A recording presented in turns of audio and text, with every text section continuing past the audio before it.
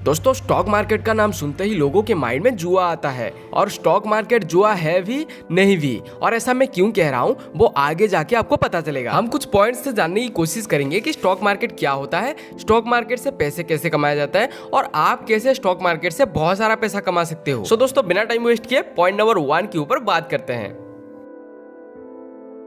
दोस्तों stock market, share market और equity market, इन तीनों का मतलब एक ही होता है और यहाँ पे शेयर्स को खरीदा और बेचा जाता है। दोस्तों शेयर्स या स्टॉक्स को खरीदने का मतलब ये होता है कि आप एक कंपनी के हिस्सेदारी को खरीद रहे हो। जब आप किसी भी कंपनी के स्टॉक्स को खरीदते हो तो आप उस कंपनी के छोटे से हिस्सेदार बन जाते हो, यानी कि एक मालिक बन जाते हो। आपने जितना परसेंट का शेयर खरीदा है उतना परसेंट का उस कंपनी का आप मालिक हो। यहाँ पे आपके माइंड में और एक सवाल आता होगा कि अगर हम उस कंपनी के छोटे से मालिक हैं तो क्या हम उस कंपनी के ऊपर कोई भी रूल रेगुलेशन चेंज कर सकते हैं, यानी कि क्या उस कंपनी का डिसीजन मेकिंग पावर हमारे हाथ में होता है? और इसका आंसर है हाँ, होता है और नहीं भी होता है। देखो यार, यहाँ पे मैं आपको एक चीज समझाना चाहूंगा कि एक कंपनी की शेयर बहुत सारे लोग खरीदते हैं और छोटे छोटे हिस्सेदारों को अगर मेकिंग पावर दे दिया जाए, डिसीजन मेकिंग पावर दे दिया जाए तो वो कंपनी होके नहीं रहेगी। इसलिए हमेशा कंपनी की डिसीजन मेकिंग पावर उस शेयर होल्डर के पास होता है जिसके पास 50% से भी ज्यादा शेयर होते हैं। यानी कि दोस्तों आपके पास भी किसी भी कंपनी का शेयर 50% से ज्यादा है तो आप उस कंपनी के ओनर हो और आप पूरी तरीके से उस कंपनी को कंट्रोल कर सकते हो। दोस्तों ऐसा कभी होता नहीं है क्योंकि कंपनी के जो ओनर्स होते हैं वो अपने पास कंपनी के 50% से भी ज्यादा शेयर अपने पास ही रखते हैं। और बात रही स्टॉक मार्केट जुआ है या नहीं, तो मैं आपको बता दूं कि अगर आप किसी भी कंपनी में अपना पैसा इन्वेस्ट कर रहे हो लेकिन उस कंपनी के बारे में आपको कुछ भी नहीं पता है, आप सिर्फ ऐसे ही कर रहे हो, तो वो एक जुआ है। जुए में भी तो ऐसे ही होता है। जुए में जब हम पैसे लगाते हैं तो हमें पता नहीं होता है कि ये आएगा या ये आएगा, लेकिन हम लगा देते हैं। तो इसी तरीके से अगर आप स्टॉक मार्केट को भी यूज कर रहे हो, ये जुआ है। लेकिन अगर आप ये नहीं कर रहे हो, आप प्रॉपर रिसर्च के साथ आप अपने पैसे को लगा रहे हो, स्टॉक मार्केट में इन्वेस्ट कर रहे हो, तो ये एक जुआ नहीं है। आप अच्छा खासा मुनाफा यहाँ से कमा सकते हो। और आपके माइंड में बहुत सारे क्रिएटर ने एक मिथ घुसा दिया है कि आप यहाँ से बहुत सारा पैसा कम टाइम के अंदर कमा सकते हो। तो ऐसा नहीं है। अगर आपके पास बहुत सारा कैपिटल है तभी जाके आप बहुत सारा मुनाफा यहाँ से कमा सकते हो, प्रॉफिट निकाल सकते हो, वरना यहाँ पे आपको बहुत टाइम लगने वाला है। आप यहाँ पे धीरे धीरे सीढ़ी चढ़ोगे। दोस्तों स्टॉक एक्सचेंज वो बिल्डिंग है जहां पे शेयर्स को खरीदा या बेचा जाता है। इसके अंदर दो टाइप के मार्केट होते हैं। पहला होता है प्राइमरी मार्केट, दूसरा होता है सेकेंडरी मार्केट। ये जो मैं पॉइंट्स आपको एक्सप्लेन कर रहा हूँ इसे आपको ध्यान से सुनना है क्योंकि सारे लोग यहाँ पे कंफ्यूज होते हैं। सो आप कंफ्यूज ना हो, इसे अच्छे से ध्यान से देखो जिससे कि आप समझ सको। दोस्तों प्राइमरी मार्केट वो मार्केट है जहां पे कंपनी डायरेक्ट लोगों को अपने शेयर्स को सेल करता है और वहां पे अपने प्रोडक्ट के डिमांड के ऊपर कंपनी डिसाइड करता है कि अपने शेयर्स को कितना पैसे पे बेचेगा। यानी कि दोस्तों शेयर्स की जो प्राइस होता है वो वहां पे डिफाइन किया जाता है। लेकिन दोस्तों सेकेंडरी मार्केट में ऐसा नहीं होता। सेकेंडरी मार्केट में जिन लोगों ने कंपनी से शेयर को खरीदा था वो लोग लोगों के साथ अपने शेयर को बेचते हैं। यानी कि लोग एक दूसरे से बातचीत करके कंपनी से खरीदे हुए शेयर्स को एक दूसरे को बेचते हैं या तो फिर एक दूसरे से खरीदते हैं। और ये सारा चीज जहां पे होता है उसे स्टॉक एक्सचेंज कहा जाता है। दोस्तों ऐसे तो बहुत सारे स्टॉक एक्सचेंज हमारे इंडिया के अंदर है, लेकिन सबसे बड़े और पॉपुलर दो स्टॉक एक्सचेंज है। पहला है बीएससी यानी कि बॉम्बे स्टॉक एक्सचेंज और दूसरा है एनएससी यानी कि नेशनल स्टॉक एक्सचेंज। दोस्तों किसी भी स्टॉक एक्सचेंज में लिस्टेड सारे कंपनी ऊपर जा रहे हैं या नीचे जा रहे हैं, इसे देखने के लिए एक मेजरमेंट बनाया गया है।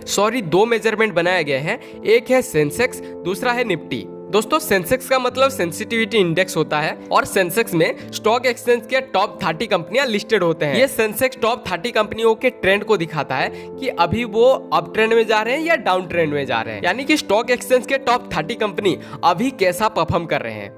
वैसे ही दोस्तों निफ्टी यानी कि नेशनल 50 में स्टॉक एक्सचेंज के टॉप 50 कंपनियां लिस्टेड होते हैं और निफ्टी हमेशा ये दिखाता है कि स्टॉक एक्सचेंज के टॉप 50 कंपनियां कैसा परफॉर्म करते हैं। अगर किसी कंपनी का शेयर लगातार गिरता जा रहा है और टॉप 50 कंपनियों के अंदर है तो ऐसा भी हो सकता है कि वो टॉप 50 कंपनी से बाहर हो जाए, क्योंकि हमेशा उन कंपनियों को टॉप 50 में रखा जाता है या टॉप 30 में रखा जाता है जो कंपनी अच्छा परफॉर्म करता है। अगर आज कोई कंपनी टॉप 50 के अंदर है और वो बैड परफॉर्म करता है तो कल को उसे टॉप 50 से निकाल दिया जाएगा, यानी कि बाहर हो जाएगा। आई होप कि आपको क्लियर हो गया। अब बात करते हैं नेक्स्ट पॉइंट के बारे में।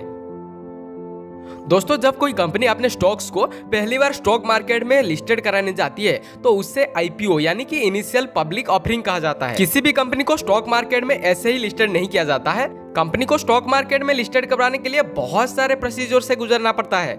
दोस्तों सेबी का नाम आप लोगों ने जरूर सुना होगा, जिसे security and exchange board of India कहा जाता है।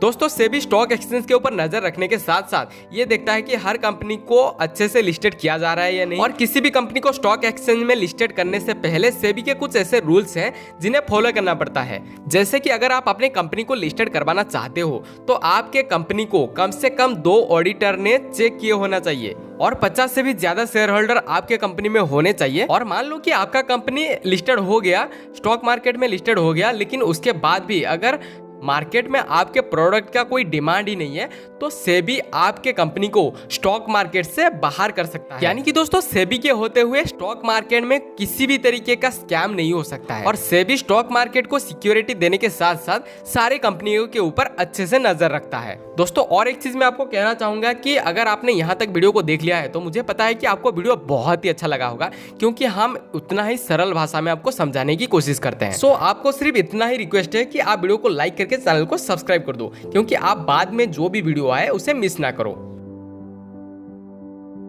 दोस्तों अगर आप पहली बार स्टॉक मार्केट में एंटर करना चाहते हो या प्रॉफिट निकालना चाहते हो तो आपको सबसे पहले तो 3 अकाउंट की जरूरत होगी। पहला है बैंक अकाउंट, दूसरा है ट्रेडिंग अकाउंट, तीसरा है डीमैट अकाउंट। दोस्तों बैंक अकाउंट को स्टॉक मार्केट में अपने पैसे को विड्रॉ या डिपॉजिट करने के लिए यूज करोगे।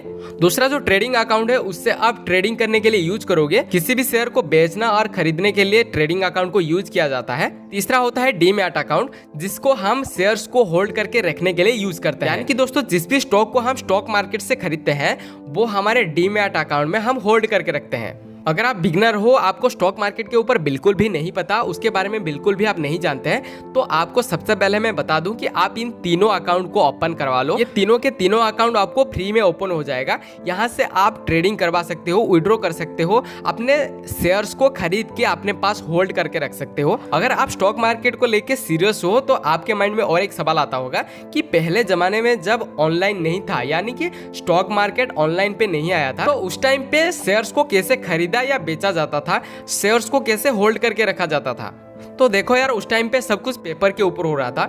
यानी कि कुछ ऐसे पेपर्स होते हैं जहां पे आप अपने शेयर्स को खरीद के रख सकते थे। कंपनी के जितने भी शेयर्स होते थे वो अपने पास पेपर के फॉर्म में रखते थे। उस टाइम पे डीमैट अकाउंट नहीं था, उस टाइम पे कोई ट्रेडिंग अकाउंट नहीं था। आपको अगर ट्रेड करना है तो एक रूम के अंदर पेपर के थ्रू ट्रेड होता था, और बैंक अकाउंट की भी जरूरत नहीं होता था क्योंकि वहां पे कैश से सब कुछ होता था। लेकिन अभी के टाइम पे दोस्तों सब कुछ ऑनलाइन हो चुका है। अगर आपको ट्रेडिंग करना है या अपने शेयर्स को होल्ड करके रखना है, अपने पैसे को इन्वेस्ट करना है, तो आपको इन तीनों अकाउंट की जरूरत होती है। आई होप कि दोस्तों आपको क्लियर हो गया। अगर वीडियो से कुछ सीखने को मिला है तो वीडियो को लाइक कर देना, चैनल में नए हो तो सब्सक्राइब करके बेल नोटिफिकेशन को जरूर दबाना। मैं आप लोगों से मिलता हूँ और एक नया वीडियो में, तब तक के लिए जय हिंद जय भारत। और हाँ दोस्तों, वीडियो को एंड तक देखने के लिए बहुत बहुत धन्यवाद।